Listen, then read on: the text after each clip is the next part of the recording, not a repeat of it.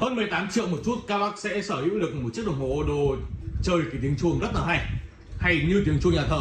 Đó là chiếc Odo đời 30 chơi trên bộ công nòng máng gồm hai chất liệu, đó là chất liệu thép và chất liệu đồng. Thiết kế thùng cổ điển chạm bông trực tiếp, mặt số đầy đủ logo các bác nhá. Kích thước lớn, hai nền, kính dưới kính hình quả chuông mài viền trắng gương rất là đẹp. Một mẫu đồng hồ cực kỳ là đẹp và tiêu chuẩn. Quan trọng nhất đây là một chiếc Odo 30 zin nguyên bản toàn bộ các bác nhá. Đây sẽ là thiết kế bên trên bộ gông này các bác này. Đấy, 4 thép 4 đồng. Mời các bác cùng em nghe qua tiếng chuông.